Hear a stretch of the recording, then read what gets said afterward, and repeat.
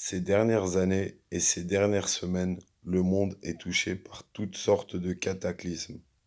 Aux quatre coins de la planète, on nous dit que c'est le projet HARP ou le changement climatique.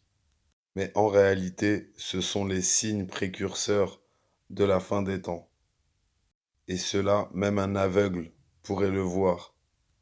Tous les pays de l'OTAN ont voulu aider le Maroc, avec des raisons politiques, alors que la pauvre Libye subit actuellement des choses énormes et les chiffres ne font que d'augmenter. 12 000 disparus il y a déjà quelques jours qui sont sûrement morts et beaucoup de migrants aussi qui étaient là-bas, qui ont tous disparu et que personne ne cherche aujourd'hui. Je rappelle cette Libye qui est divisée par deux gouvernements.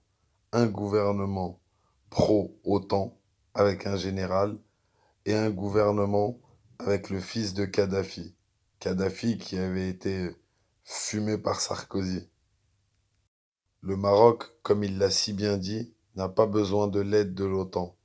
Mais par contre, cette Libye, qui n'a plus de président depuis son assassinat, devrait être aidée. Et je ne comprends pas pourquoi ils ne le font pas.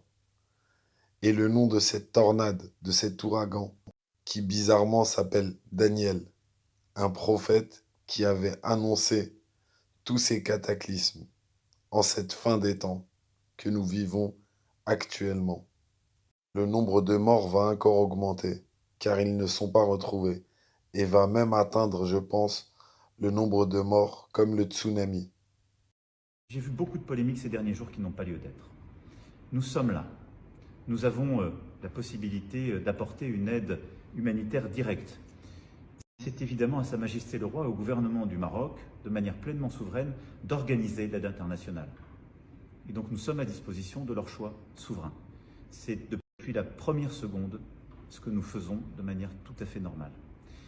Et donc je souhaiterais que toutes les polémiques qui viennent diviser, qui viennent compliquer les choses dans ce moment qui est déjà si tragique, puissent se taire par respect pour toutes et tous. Nous sommes à vos côtés aujourd'hui.